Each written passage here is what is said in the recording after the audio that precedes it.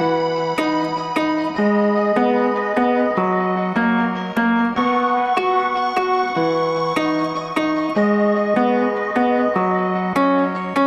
du at om livet mitt var en timeplan? Hadde du vært den der gymtimen vi hadde da vi var barn? Visste du at bankkontoen min er kontoen din? Er ikke det fint? Er ikke det snilt? Nok en ting å dunke inn pin-koden til. Men jeg velte verden for deg. Du velte glasset på meg, som ga meg en flekk på skjorta mi, som fikk fram rasshøl i meg. Du sier jeg er overfladisk, begge fråder abyss, og det er en del av planen min. Bør gjøre deg overglad, bitch.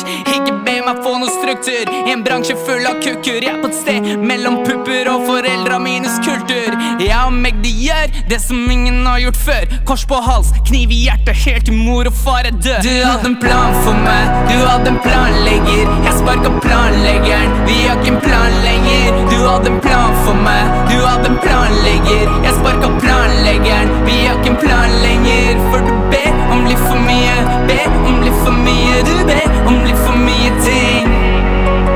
Ber om litt for mye, ber om litt for mye. Du ber om litt for mye ting.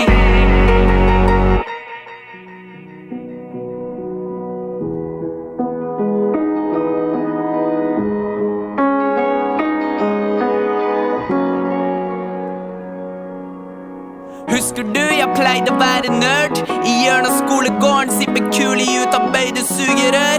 Men alt det der var før. Kryp til de korsa, de griner i den Porscha mens vi smiler i Toyota.